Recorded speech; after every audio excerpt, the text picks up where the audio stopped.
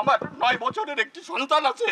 আমার আজকের প্রতিদিনের রাত নির্ঘুম কাটে। কখন আমার ছেলেকে নিয়ে যাবে, কখন আমাকে নিয়ে যাবে, আমরা রাস্তায় কিভাবে দাঁড়াবো, এই আতঙ্কের মধ্যে দিয়ে আমাদের প্রতিটা দিন অতিবাহিত হচ্ছে।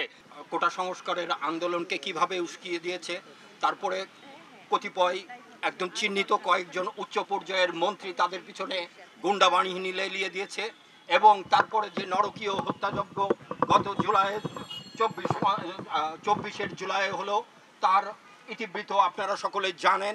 এবং যেই ব্ল্যাক আউটের মধ্যে দিয়ে, যেই দমন নিপীড়নের মধ্যে দিয়ে পুরো জাতিকে চুপ করে রাখতে চেয়েছিল, সেই সময়ের সমস্ত ঘটনা আপনারা জানেন। এরপরে আমরা কি দেখলাম? আমরা দেখলাম দিনে নাটক, রাতে আটক। আজ আমি একজন শিক্ষক এবং আমার ৯ বছরের একটি সন্তান আছে। আমার আজকের প্রতিদিনের রাত নির্ঘুম কাটে। কখন আমার ছেলেকে নিয়ে যাবে, কখন আমাকে নিয়ে যাবে, আমরা রাস্তায় কিভাবে দাঁড়াবো, এই আতঙ্কের মধ্যে দিয়ে আমাদের প্রতিটা দিন অতিবাহিত হচ্ছে।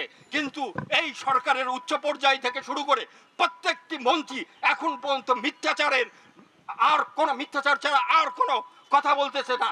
তারা এখনো পর্যন্ত কুচক্র করে যাচ্ছে, গুন্ডা বাহিনী লেলিয়ে দিচ্ছে। তাদের পুলিশ বাহিনী, বিজেপি বাহিনী কাজ করছে না, এখন তারা গুন্ডা বাহিনী লেলিয়ে দেওয়ার চেষ্টা করছে। আমি এই মঞ্চ থেকে দাবি করতে চাই, সমস্ত অভিভাবক জনতা, আপনারা রাস্তায় নেমে আসুন। আপনারা নিজেদের বাঁচান, নিজেদের দেশকে বাঁচান।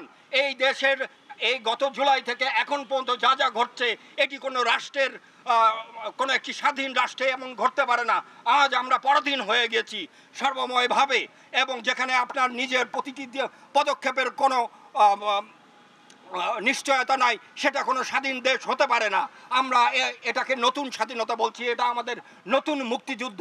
এই নতুন মুক্তিযুদ্ধে নেতৃত্ব দিচ্ছে আমাদের শিক্ষার্থীরা, আমাদের তরুণ সমাজ।